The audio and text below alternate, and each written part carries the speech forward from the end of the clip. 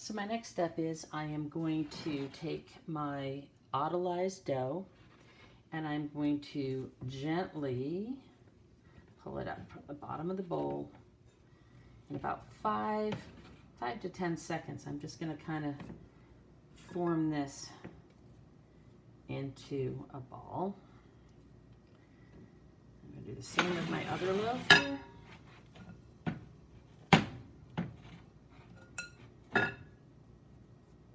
And you know that it's starting to really autolyze because it's getting really not super sticky, like it's not really sticking to my hands, but it's sticking to itself. So there. Once I do that, then I am going to cover that with plastic wrap. It doesn't have to be super tight, but it just has to be on there.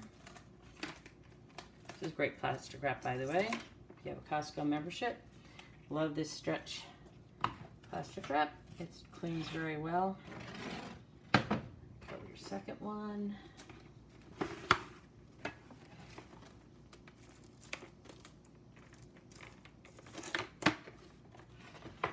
That.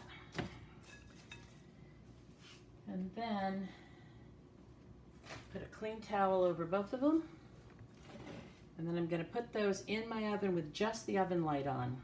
Now, don't turn on the oven, just put the oven light on, and that's just enough temperature for it to begin to rise the dough.